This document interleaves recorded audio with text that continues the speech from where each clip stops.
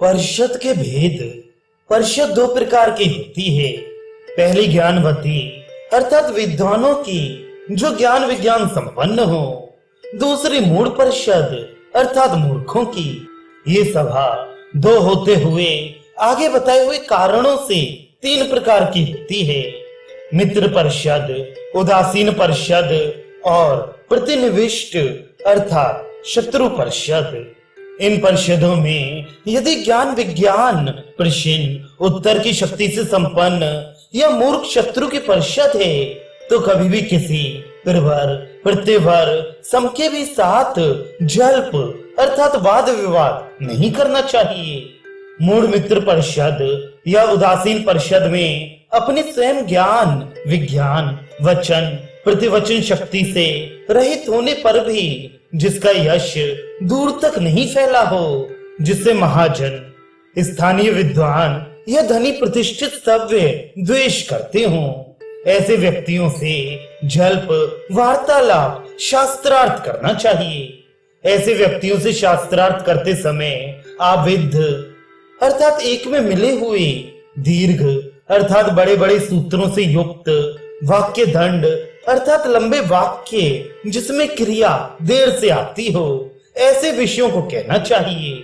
अत्यंत प्रसन्न होकर बार बार विपक्षी का उपहास करते हुए संवादों को संबोधन कर, जैसे आप सब देखिए ये कुछ कह नहीं रहे हैं, इन्हें विषय का ज्ञान बिल्कुल नहीं है आदि बोलते हुए विपक्षी को बोलने का समय ही नहीं देना चाहिए। कष्ट शब्दों को कहते हुए कहे कि तुम नहीं बोलते हो।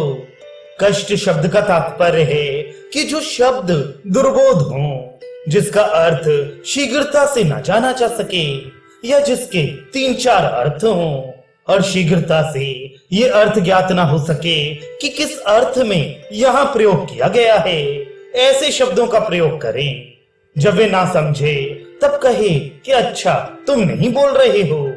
कष्ट दुर्बोध शब्द को कहते हुए अथवा ये कहे कि तुम्हारी प्रतिज्ञा हीन हो गई, अर्थात जिस पक्ष को तुम सिद्ध करना चाहते थे वे नहीं कर पाए, अतः तुम्हारी प्रतिज्ञा पूरी ना होने से तुम हार गए। यदि फिर भी वाद विवाद करने का आह्वान करे, फिर किसी अन्य दिन हमारे और आप में शास्त्रार्थ हो ऐसा कहे, तो उत्तर में कहना चाहिए कि जाओ 1 वर्ष तक और अध्ययन करो। तुम्हें निश्चित रूप से गुरु की सेवा कर विद्या प्राप्त नहीं की है, अथवा इतना ही अभी तुम्हारे लिए पर्याप्त है। एक बार भी प्रतिवादी पराजित हो जाए तो विद्वान उसे पराजित ही मानते हैं। उसे कभी भी किसी तरह पुनः योग संभाषा परिषद में वार्तालाप नहीं करना चाहिए।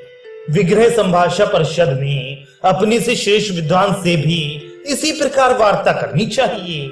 यह कुछ विद्वानों का मत है, पर कुशल विद्वानों का मत है कि अपने से श्रेष्ठ विद्वानों के साथ इस प्रकार विग्रह संभाषा नहीं करनी चाहिए। अपने से गुणों में हीन व्यक्ति या समान गुण वाले विद्वान से मूर्खों की सुहृद परिषद हो या विद्वानों की, उसमें विग्रह संभाषा करनी चाहिए।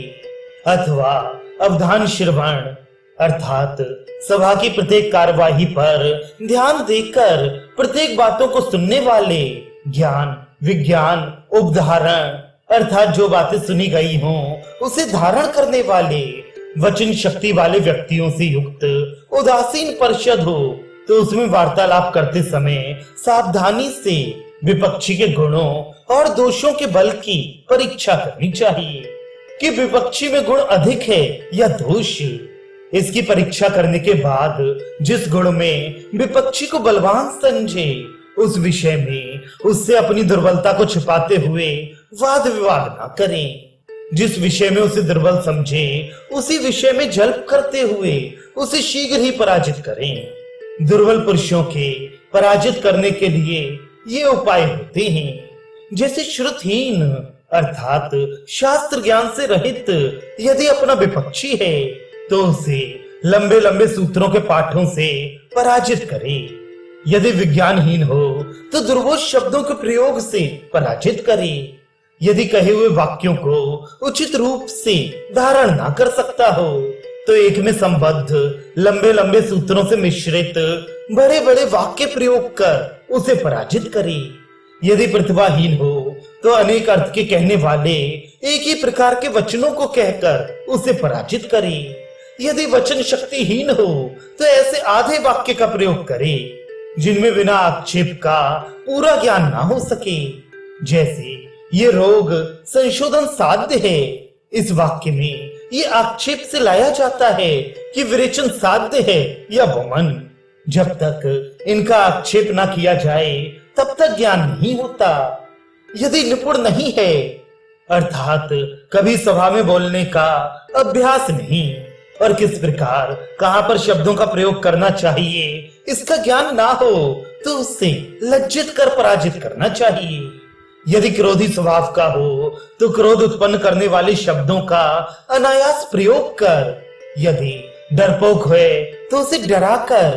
यदि अनवहित अर्थात वाद के नियमों से अपरिचित या उसका पालन करने वाला ना हो तो उसे नियम द्वारा अर्थात तुम नियम के विपरीत चलोगे तो पराजित समझे जाओगे, ऐसा बार बार कहे उसे पराजित करे।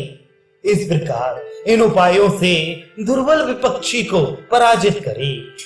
विग्रह संभाषा परिषद में युक्ति पूर्वक सभी बातों को कहे और विपक्षी भी कोई बात युक्ति पूर्वक कहता हो तो उसका विरोध ना करे। विग्रह संभाषा किसी किसी व्यक्तियों में तीव्र द्रोह क्रोध झगड़ा को उत्पन्न कर देती है। जब क्रोध या झगड़ा हो जाता है तब क्रोधित व्यक्तियों के लिए संसार में कोई भी कार्य अकार्य नहीं होता है और न कुछ भी अवाच्य होता है। इसलिए कुशल चतुर विद्वान सज्जनों की सभा में कलह को पसंद नहीं करते हैं। वाद प्रारंभ होने पर इस प्रकार विग्रह संभाषा में बताए हुए श्रुतहीन, विज्ञानहीन, वाक्य धारणाहीन आदि दोषयुक्त प्रतिवादी को परास्त करने वाले उपायों का अवलंबन करे।